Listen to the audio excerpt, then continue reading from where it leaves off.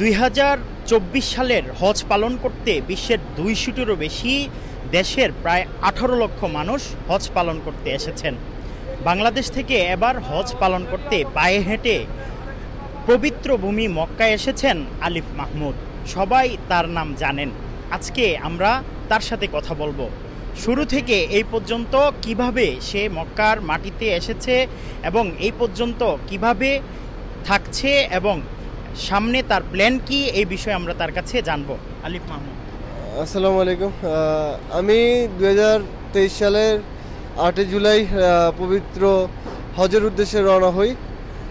দীর্ঘ 9 মাস পায়ে হাঁটার পর আমি 6টি দেশ অতিক্রম করে আমি সৌদি আরব মক্কাতে আসি এবং পরবর্তীতে আমার হজের বিষয়ে কিছু সমস্যা ছিল, অনিশ্চয়তা ছিল। পরবর্তীতে আমি আফ্রিকার একটি দেশে প্রবেশ করি। সেখান থেকে আমি হজের ভিসা নিয়ে পুনরায় আবার মক্কাতে আসি এবং পবিত্র হজে অংশগ্রহণ করি। নগদের কাছে সব গ্রাহকই প্রিয়, তাই তো সারা দেশে ক্যাশ আউট চার্জ সবচেয়ে কম। এবং এই দীর্ঘ এই যাত্রার মধ্যে আমি অনেক দেশের অনেক রকমের কালচার দেখেছি, বিভিন্ন ধরনের মানুষ দেখেছি। যখন আমি এক এক দেশ হয়ে আসতেছিলাম, অনেক ভাইরা অনেক দূর 500-1000 কিলোমিটার দূর দূরান্ত থেকে দেখতে আসতেছেন এবং বেধর্মী ভাই যারা আছেন সবাই খুবই পজিটিভভাবে আমাকে দেখতেছিলেন এবং ইসলাম সম্পর্কে জানতেছিলেন। এটা মনে করি আমার জন্য অনেক বড় একটা পাওয়া, কারণ আমি চেয়েছিলাম নিজেকে যাতে পরিবর্তন করতে পারি একজন মুসলিম হিসেবে। মূলত আমি একজন ভ্রমণপ্রেমী মানুষ, পৃথিবীটা সময় নিয়ে ভ্রমণ করাই হচ্ছে আমার কাজ। তো আমি চেয়েছি আমি যেহেতু পৃথিবীটা সময় নিয়ে দেখতে চাই, আমি প্রথমে মক্কায় যাব এবং যদি পারি নিজেকে পরিবর্তন করে পুরো বিশ্বকে আমি একটা মুসলিম হিসেবে মেসেজ দিব। সেই চিন্তা থেকেই আসলে মক্কায় আসা এবং আলহামদুলিল্লাহ আমি ইতিমধ্যে হজ সম্পূর্ণ করতে পেরেছি। মাশাআল্লাহ, আলহামদুলিল্লাহ। তো আমরা জানতে পেরেছি যে আপনি পায়ে হেঁটে এই আমাদের 6000 কিলোমিটার দূরে এই মক্কা মোকাররমায় এসেছেন।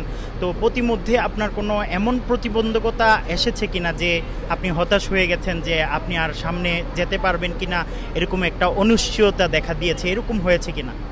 না, অবশ্যই না। আমার আল্লাহর উপরে বিশ্বাস ছিল আমি আসবো মক্কাতে।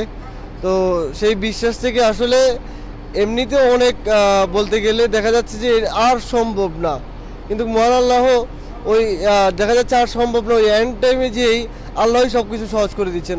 হয়তো দেখা যাচ্ছে অনেক কষ্ট হয়েছে, কিন্তু শেষ সময় যে আল্লাহই সব কিছু সহজ করে দিয়েছেন। দেখা যাচ্ছিল আমি ইরানের ভিসা পাবো না, ইরান তো বাংলাদেশিদেরকে ভিসাই দেয় না।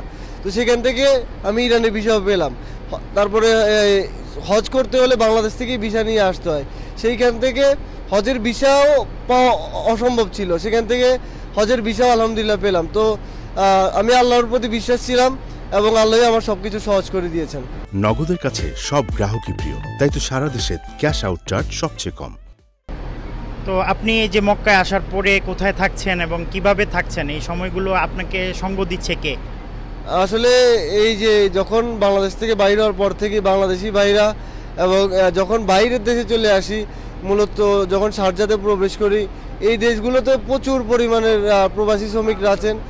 প্রবাসী শ্রমিকরা প্রচুর পরিমাণে আমাকে সহযোগিতা করেন। এক একদিন আমি যখন রাস্তা দিয়ে হাঁটতেছিলাম, প্রতিদিন হাজার হাজার মানুষ আসছিল দেখা করতে এবং তারা আমাকে খাবার নিয়ে আসতেছিলেন। তো মূলত তারা আল্লাহকে ভালোবেসে আমার কাছে আসছিলেন এবং আল্লাহর জন্যই আমার এই পথগুলো কিন্তু সহজ হয়েছে। এবং এখানে মক্কাতে আসার পর আমার এই ভাইয়ার সাথে, জাহাঙ্গীর ভাইয়ের সাথে পরিচয় হয় এবং আমি বর্তমানে ওনার বাসাতেই থাকি এবং আলহামদুলিল্লাহ অনেক ভালো আছি। তো জাহাঙ্গীর ভাই, আপনি আলিফ মাহমুদকে কিভাবে পেলেন এবং তাকে কিভাবে এ পর্যন্ত সঙ্গ দিচ্ছেন এবং তাকে পাওয়ার পিছনে আপনার পিছনের যে গল্পটা, এটা একটু বলবেন? আসলে বাংলাদেশ থেকে এই যুগে, আদি যুগের মানুষদের মতো পায়ে হেঁটে আসাটা আসলে একটা আকস্মিক। সেই জিনিসটা আমি চিন্তা করলাম যে তার এখানে আসার পরে থাকা খাওয়া এই জিনিসগুলোর দায়িত্ব কে নিবে। সেই জন্য আমি একটু এগিয়ে গিয়েছি ওনাকে দেখার জন্য কীভাবে কী করা যাবে। আমার বাচ্চারাও এই ব্যাপারে এক্সাইটেড যে ওনাকে আনার জন্য, আমার বাচ্চারা এখানে, ঠিক আছে, সেই হিসেবে ওনাকে আনা এবং ওনাকে আল্লাহ কবুল করছে, সেই হিসেবে আল্লাহর মেহমান হিসেবে আসছে। আমরা উসিলা মাত্র কোনো রকম করতেছি, জানি না কতটুকু করতে পারছি না কি, তবে চেষ্টা করতেছি আল্লাহর মেহমানকে মেহমানদারি করার জন্য, সেটাই, অন্য কোনো উদ্দেশ্য নেই। আর বাংলাদেশের নাম উজ্জ্বলক, সেটাই আমাদের ইচ্ছা।